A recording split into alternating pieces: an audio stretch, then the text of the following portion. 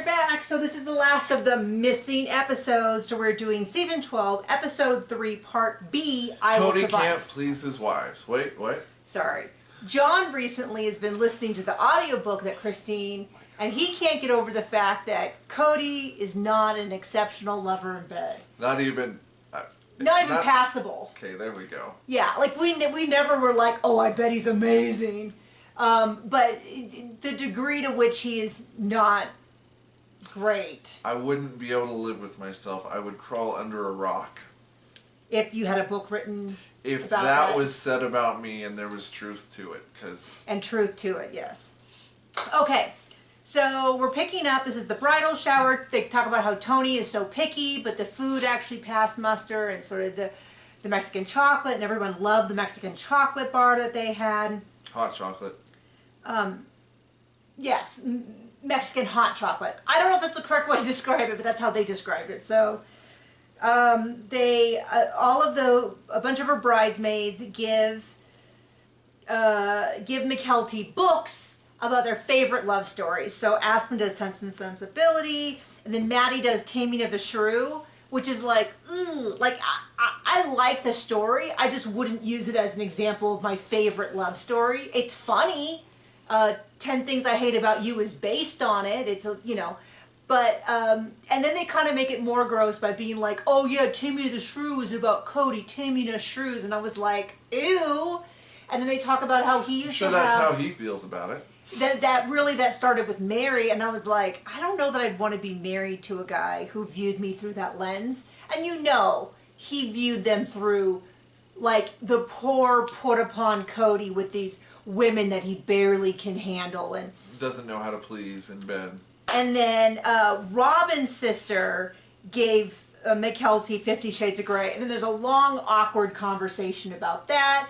And Janelle's kind of against it, but not for the reason, and I should have known that about Janelle, like, it's not that it's about sex, it's that she goes, he's this billionaire, and because he's rich, he's just allowed to do whatever he wants. And I was like, that's right, Janelle. I agree. So what's Cody's excuse? I know, John's like, he's not rich enough to be as annoying as he is, if that's the argument. But I have nothing against 50 Shades of Grey. I don't necessarily know that I'd pass it on as my favorite love story, but I don't have anything against explicit romance. All of my friends, like literally some of my favorite people in the world write explicit romance, and many of them I would consider to be superior books to 50 Shades of Grey, because they're amazing people with amazing stories and writers and all of that. Anyway, but then Robin's like, she meant it like a joke, she meant it like a joke. And I'm like, okay, you don't need to be that defensive. But anyway, they go back and forth, and I don't know what any of these words mean. And so Aspen ran this bridal shower, and I love Aspen so much. She's just so funny because she's sitting with her mom, and she's like, I didn't have to do much to control them. And she's like, but they did want, for their lip sync, I don't know why I put that in, it was a lip sync, no quotes. She's like, they wanted a fog machine, and I told them it didn't fit with the theme of the party. And then they wanted bright lights, and I also told them no. So I guess I did kind of control them and get them in line. Do you want to add anything to the bridal shower? Nope. McKelty's in-laws gave them some very appropriate lingerie. Everyone was very much like, oh, lingerie. And it's like a bra Christine, set. I think, said, I didn't know it was going to be that kind of party. And it was like a purple bra with like a long kind of see-through with a little undie set. Very, very... And of course Robin's like, oh! And we're like, oh yeah, miss, $10,000 of debt to Victoria's Secret. I'm sure you've never seen something like this in Victoria's Secret. It was very demure, it was very sweet. And I guess all of her in-laws gave her that kind of stuff. But they really, they really do like to play it up. And in Christine's audio book, we listened to the audio book. We're not done yet. She talks about how when her mom got divorced, she sort of rebelled by becoming ultra religious. And that was kind of a big thing to her, was to be this ultra religious. And I do think that you see some evidence of, especially Christine and Robin, almost in a contest to see who is the most modest, who is the most religious, the most, I might even say, legalistic. And that makes a lot of sense for for that viewpoint. Let's see. So then we cut over after the bridal shower is done to Cody and Janelle talking about Maddie and Caleb and moving in. And Cody's like, I know everything. I know how people are when they live in a small space. And he basically is like, let's kick out all the boys so that Maddie and Caleb are happy. And I think it is sweet that he's thinking about Maddie. Many people have pointed out that some of this is really about Cody's man crush on Caleb and having Caleb nearby.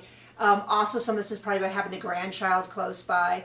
He's just insufferable. But he was really like, he's acting like Janelle has suggested they sleep in the garage and pee into a bucket. And he's like, we can remodel this whole thing. It'll be a weekend. As someone who has seen Cody exist, nothing's going to take a weekend. First off. Secondly, I'm not convinced that, he's like, I'm going to do this remodel. My assumption is, and Janelle's going to pay for it from her family budget. Why would he? He wants to kick out Hunter out of his room. And Janelle's like, he's already struggling a lot with homesickness. The last thing I'm going to do is take his bedroom. Or kick him out or move him. She's like, it's like, well, Cody's like, well, they need their own bathroom. It sounds like there's a bathroom at the end of the hall that's empty. And it sounds like maybe they're suggesting the boys in her trade. I do think it makes sense. He's like, I'll have a conversation with the boys. I don't think Cody should have this conversation because he doesn't seem to care about them very much. And this is really sad when you think about how their relationships have deteriorated. Also deteriorated with Maddie and Caleb, so it's not exactly like it's a favoritism thing. He just seems to have this attitude of whatever Cody wants, he gets. And if that means that he kicks the boys out so that they use a different bathroom and he kicks Hunter out and he has the boys move down and redos their whole, because it's kind of like an upstairs, like a rompus room. It's got like the double doors, so it's not really a traditional bedroom. And then it's also weird because they're like, well, the crib can go over here. And he's like, the crib in their room? And it's like, yeah, many, many people have a crib in their room. Not only for the sake of being able to hear the baby, but also for like the ease. I know with us, it was like super easy to have the baby right there. So when he woke up and he needed to nurse, I didn't have to like get up and haul across the house. I mean, we had him in our room because it was easier for us. Yeah. But he's what like, does Cody know about babies or anything but else? Cody's like, we're going to put a new bedroom in, we're going to do this, we're going to close off this whole end of the house, we're going to remodel, it's a weekend project, I'll just have to stretch the carpeting. And first off, I'm a little bit like, we've yet to see Cody do any kind of remodeling. I'm just saying it. We haven't seen that, this idea that he can rebuild a house.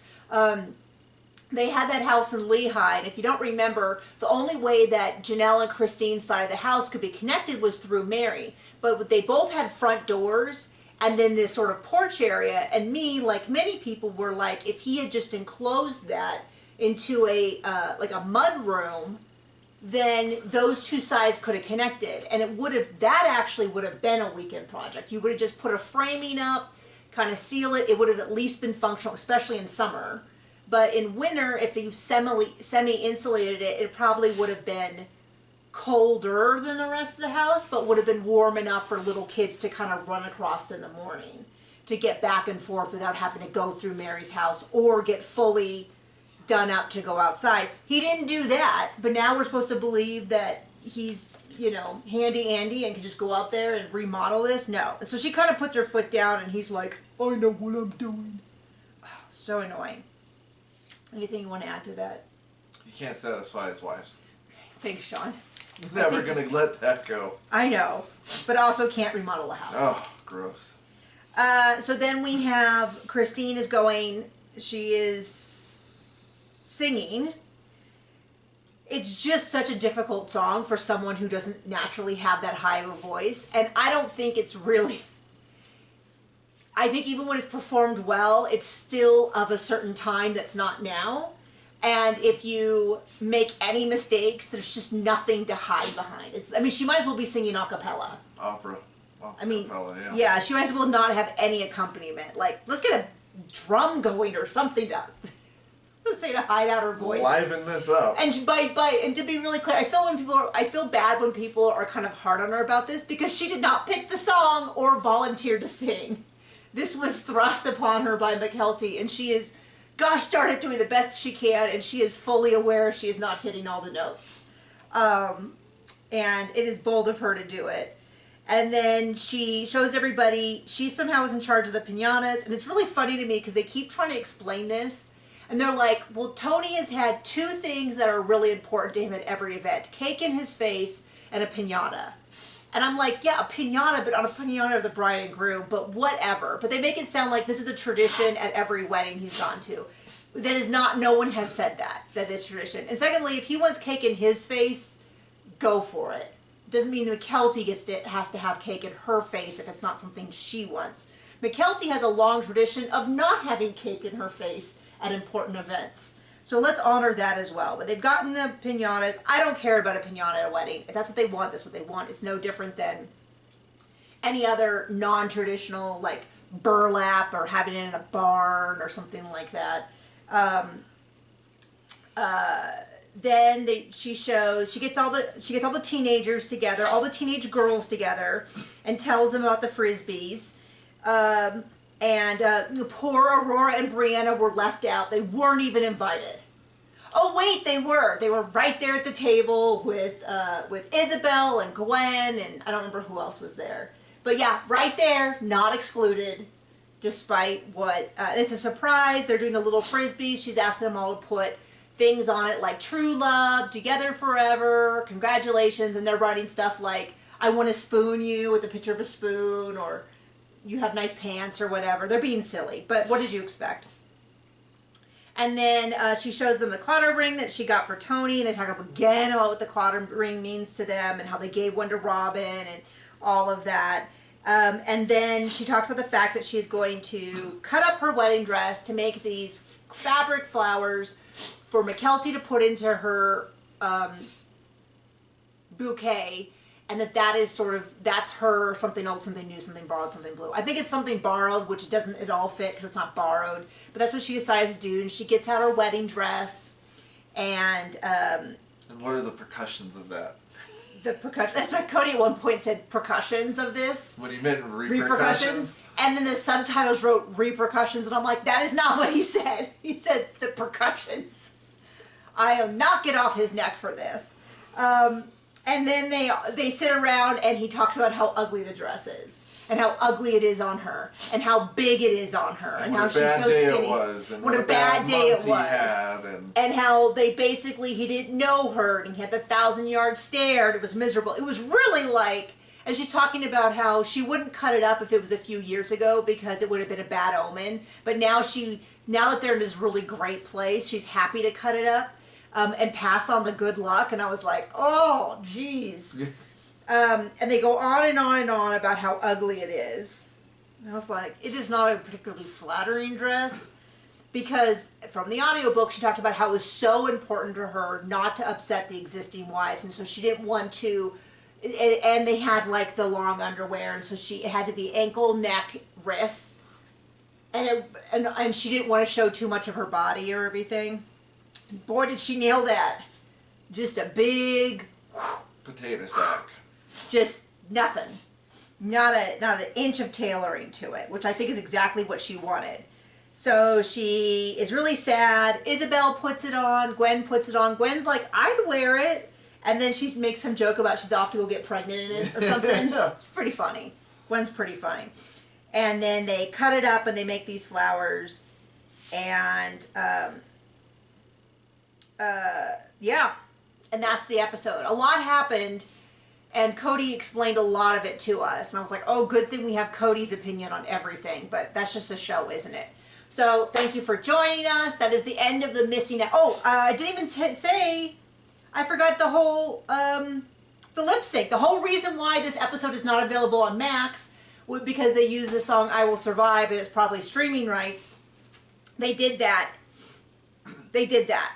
And Janelle hated every second of it, but she did it because she felt so guilty that she wasn't more supportive of Tony and McKelty. And it just drives me crazy because I wish they would just be like, I don't think it's unsupportive for them to be like, I don't know him. Or for Janelle to be like, I think they're rushing into it to like give us a little space to recover from one wedding.